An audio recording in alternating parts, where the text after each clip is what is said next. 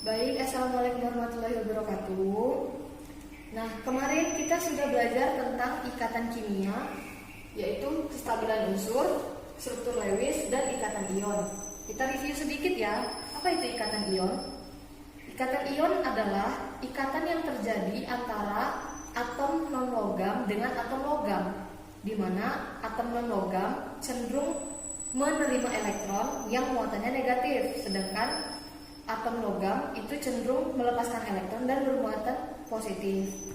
Nah, sekarang kita masuk ke ikatan kovalen. Ikatan kovalen itu adalah berbeda dengan ikatan ion. Kalau ikatan ion itu dia logam dengan non-logam, sedangkan ikatan kovalen adalah non-logam dengan non-logam. Nah, non-logam itu cenderung menerima elektron, dan dia biasanya muatannya negatif. Nah, sebenarnya ikatan kovalen itu apa sih? Ini dia pengertiannya. Pengertian ikatan kovalen itu pemakaian pasangan elektron secara bersamaan antara atom non-logam dengan non-logam. Terus berdasarkan jenis elektronnya, ikatan kovalen itu terbagi menjadi 3. Yang pertama ada namanya ikatan kovalen tunggal.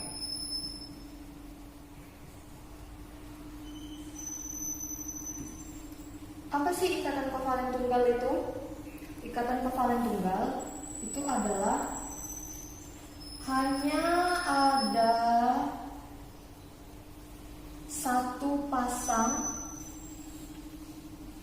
elektron yang dipakai secara bersamaan.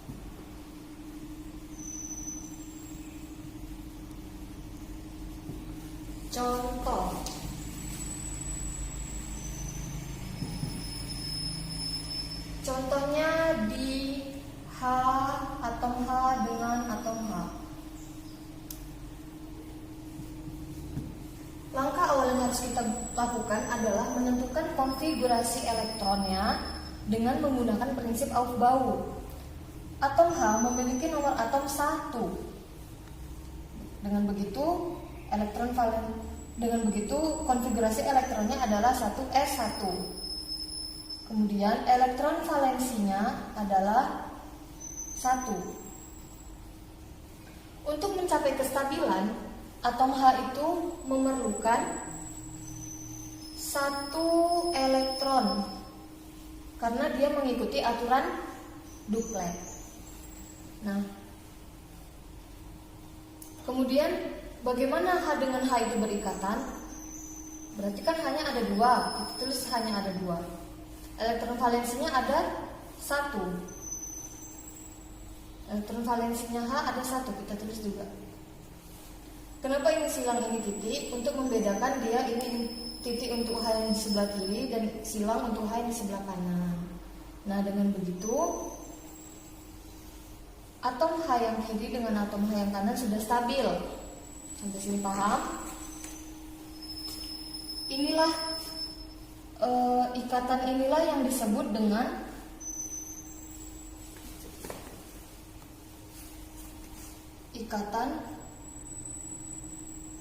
ikatan kovalen tunggal. Kenapa? Karena adanya 2 elektron atau biasa dibilang 1 pasang elektron yang dipakai bersamaan.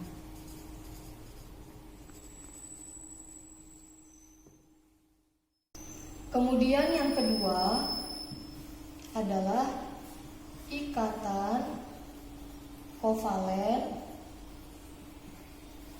rangkap 2. Apa maksudnya ikatan kovalen rangkap 2? Kalau yang tadi ikatan kovalen tunggal adalah hanya ada 1 pasang elektron yang dipakai secara bersamaan. Kalau di sini adanya 2 pasang elektron yang dipakai secara bersamaan. Contoh, contohnya pada atom O dengan atom O. Caranya sama seperti tadi, yaitu kita tentukan dulu konfigurasi elektronnya. O memiliki nomor atom 8. Konfigurasi elektronnya adalah 1s2, 2s2, 2p, 4. Nah, elektron valensi dari atom O adalah elektron terluar, berarti 4 dengan 2, 6 elektron valensinya. Untuk mencapai stabil, si O memerlukan berapa elektron lagi? 2, karena dia mengikuti aturan oktet. Nah, di sini kan ada 2O, kita tulis 2O. Si O kan elektron valensinya 6, tapi dia perlu 2E. Kita dekatkan 2 elektron dengan atom O yang kanan. Begitu juga yang sebelah kanan, kita dekatkan 2 elektron ke O yang sebelah kiri. Sekarang ada berapa atom yang belum ditulis? Ini 6, 2 udah ditulis, 4 lagi. Ditulis 4. Begitu juga dengan yang ini. Nah, dengan begitu si atom O dengan atom O udah mencapai kestabilan. Nah, ini pasangan atom ini yang disebut dengan pasangan elektron ini yang disebut dengan ikatan kovalen rangkap 2. Kenapa? Karena adanya 4 elektron, 1, 2, 3, 4 elektron atau 2 pasangan elektron yang dipakai bersamaan.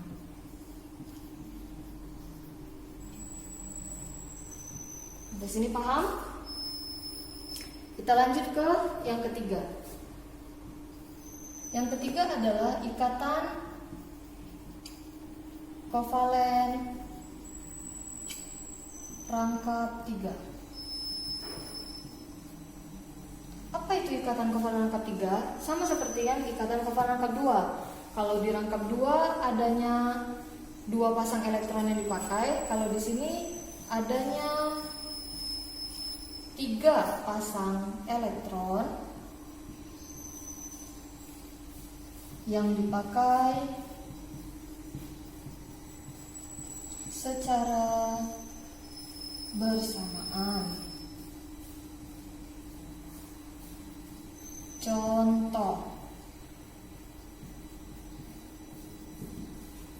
Contohnya pada atom N dengan atom N. Kita buat konfigurasi elektronnya terlebih dahulu, yaitu N. Berapa nomor atom dari N? 7.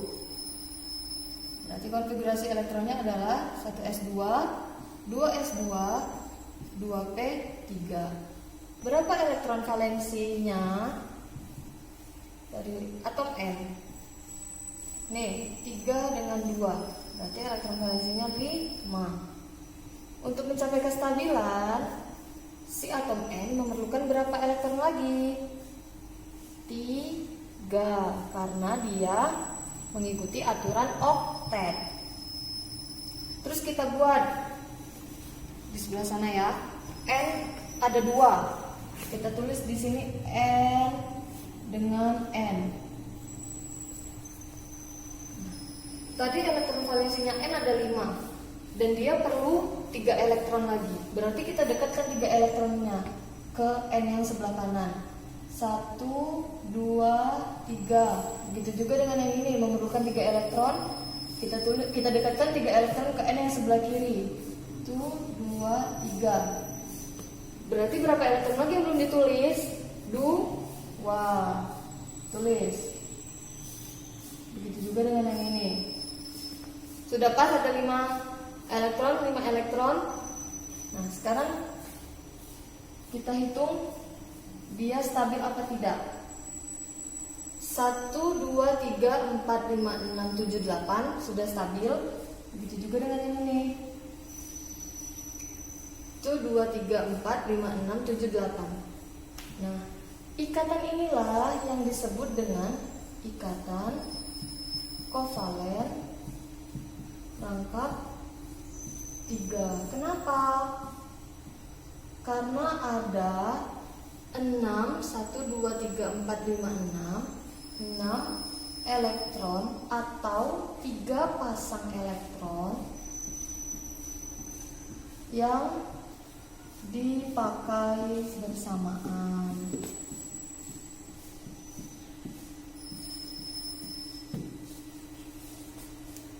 Contoh yang lain ya, 2 atom yang berbeda seperti NH3.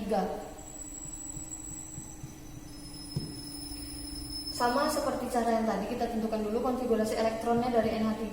N jumlahnya 7, berarti 1s2, 2s2, 2p3.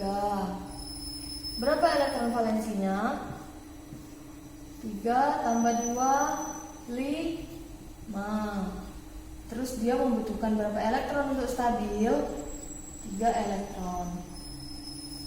Atom H memiliki nomor atom 1, konfigurasi elektronnya 1s1. Berapa elektron valensinya? 1. Terus dia memerlukan berapa elektron untuk stabil? 1 elektron. Terus kita buat struktur Lewisnya. Ingat seperti cara yang tadi, N dengan H, mana yang jumlahnya lebih sedikit? N, berarti N yang menjadi atom pusat atau yang di tengah.